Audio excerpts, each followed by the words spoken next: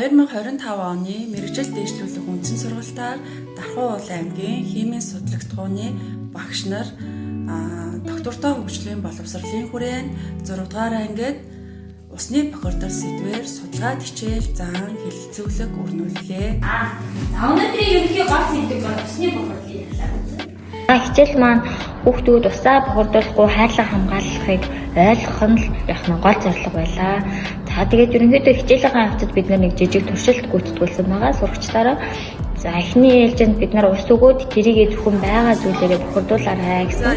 За хүүхдүүд маань ерөнхийдөө хичээл дээр ирсэн учраас бэхээр усан будгаар за тэгээд өөрт байгаа цаас хогоор яхна усаа бохирдуулж исэн.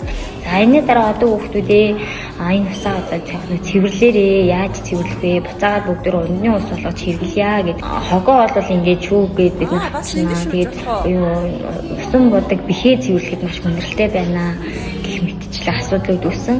За эндээс үндэслээд хүүхдүүдээсээ одоо тэгвэл энэ туршилтыг эзнээр та нар юу ойлгож ухаарсан, ямар сэтгэлд төрөв гэд тэгээд эндээс үндэслээд хүүхдүүд маань усаа бохирдуулахад маш богино хугацаа зарцуулагддаг. За тэгээд эргээд цэвэрлэхэд маш их хугацаа зарцуулагдсан юм байна.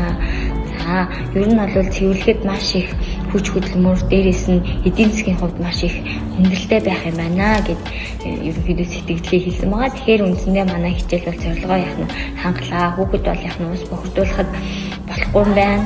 За бид нар байгаль дэлхийгээ хайрлах, усаа хайрлах хэрэгтэй байна гэдгийг ойлгуулж чадсан гэж үзэж байна.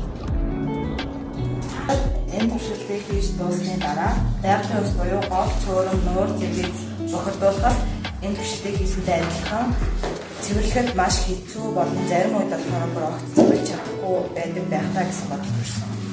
Энэ усаа бохирдуулаад аймагт оруулж би тэгээд хичээж шалгуулсан гэж өөртөө хэлсэн. Сурагчид өөрийн сонирхол аюул чадварт нийцүүлэн усаа хайрлан хамгаалцахаа уриалга бүхийг зохиож бичих богино хэмжээний видео бичлэгийг бүтээлчээр гар зураг зурах зэрэгс гэрээний даалгавраа сонгож хийх болно. За гэрээний даалгавар нь сурагчийн мэдлэг чадвар хэрэглээг харгалзан үзэж орчин үеийн хүүхдүүдийн сонирхлыг татгууц хэлбэрээр зохион байгуулагдсанаар сурагчийн бүтээлчээр сэдгэх шинжилгээ ухаан арга барил эзэмших чадварыг хөгжүүлэхэд оршино.